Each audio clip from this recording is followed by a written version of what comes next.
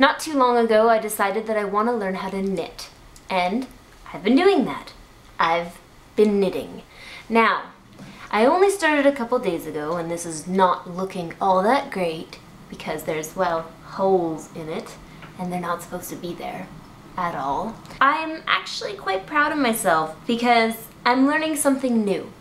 And I think it's important to learn new things and try new hobbies and expand your horizons, so to speak. And all of that old-fashioned stuff like sewing and baking and knitting and crocheting and macrame. Whatever happened to macrame? I'm gonna bring it back, I think. All of those sort of things, well, they interest me. But when you're knitting and you're new, you have to pay attention to what you're knitting, which means there's no watching TV or horsing around. You knit. And while you knit, you think. At least I do. It'd be nice if I didn't have to think and I could turn my brain off, but unfortunately, I am not afforded that luxury. My brain is constantly turning. Now, some people might be thinking, how does this all tie in with death? Nah, there isn't really a tie-in with death. It's just that death has kind of been on my mind. Recently, somebody in my family passed on. Now the who and the how, those don't matter. They are irrelevant to you.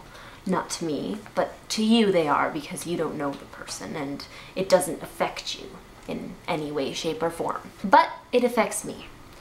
And that is why I've been thinking about death.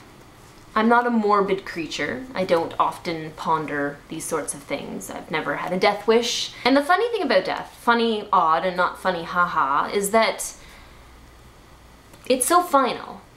And I know that seems weird, but the finality of it all is what really strikes some of us as hard to deal with. You're never gonna see that person again. Never gonna get in an argument with them. You cannot say you're sorry, and you cannot tell them you love them one last time. They're gone. And even if you believe in spirits or ghosts or reincarnation, it's not the same thing. You cannot simply reach out and touch somebody.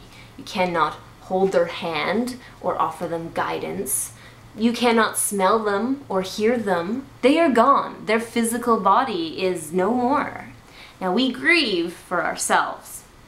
We don't grieve for the person who's passed on because they've passed on. But we mourn because we miss. And it's okay to miss. Now death, it doesn't actually scare me. That's not saying that I want to die or that I'm eagerly anticipating it. No. It just means that it's gonna happen regardless and that I can't do anything to stop it. And so you kind of have to come to terms with it.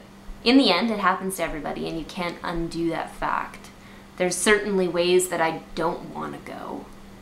But when the time comes, it'll be out of my control. And with all of that said, I really need to learn how to knit faster so that I don't have all these rampant thoughts running through my head. So I'm just gonna keep practicing, and hopefully I'll get better. And I'll see you all again next week for another edition of That Girl Tyson. General quarters, all hands man your battle stations, all hands man your battle stations.